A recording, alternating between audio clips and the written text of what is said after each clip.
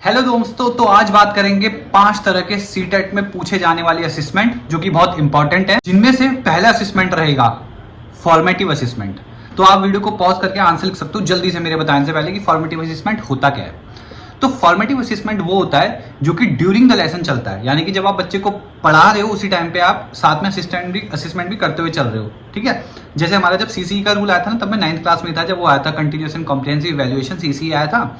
तो उसमें क्या होता था, फॉर्मेटिव असेसमेंट 1 2, फिर समेटिव असेसमेंट 1, फिर फॉर्मेटिव असेसमेंट 3 4, फिर समेटिव असेसमेंट 2। तो ये कहानी है फॉर्मेटिव असेसमेंट की।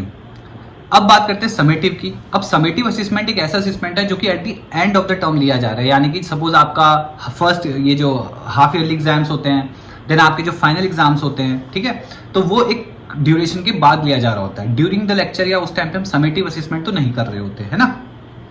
2 असेसमेंट ही हो गए। और गाइस फिर आता है डायग्नोस्टिक टेस्ट। इसमें क्या होता है ना कि कोई भी स्किल सिखाने से पहले हम देख रहे होते हैं कि बच्चे की अभी पोजीशन क्या है ना। यानी कि पहले आप मतलब उसको सपोज आप रीडिंग कराना चाह रहे हो, तो पहले आप उसको कुछ रीडिंग करने के लिए बोलोगे, है ना, उसको सिखाना चाह रहे हो, जिससे कि पहले हमको पता चल पाए कि अभी करंट स्टेटस क्या है, और उसके बाद इंप्रूवमेंट तो हम लाएंगे।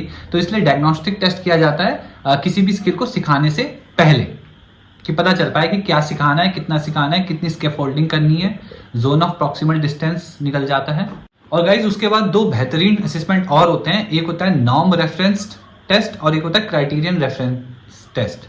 नॉर्म रेफरेंस NORM वाला जो होता है ना, उसमें हम बेसिकली कर क्या हो रहे होते हैं, जो भी आपकी मार्क्स आते हैं, परसेंटेज आती है, उसको बाकियों से कंपेयर करते हैं। मतलब और स्टूडेंट एस्पिरेंट्स के बीच में कंपटीशन होता है, यानी कि पासिंग मार्क्स की कोई यहाँ वैल्यू रह नहीं जाती। सपोज 30 वाला पास है, पास हो गया, बट अब किसके 70 आए, किसके 75 आए, किसके 80 आए, किसके 99 आए, ये वाला गेम चलता है। तो ये होता है नॉर्म रेफरेंस आपस में।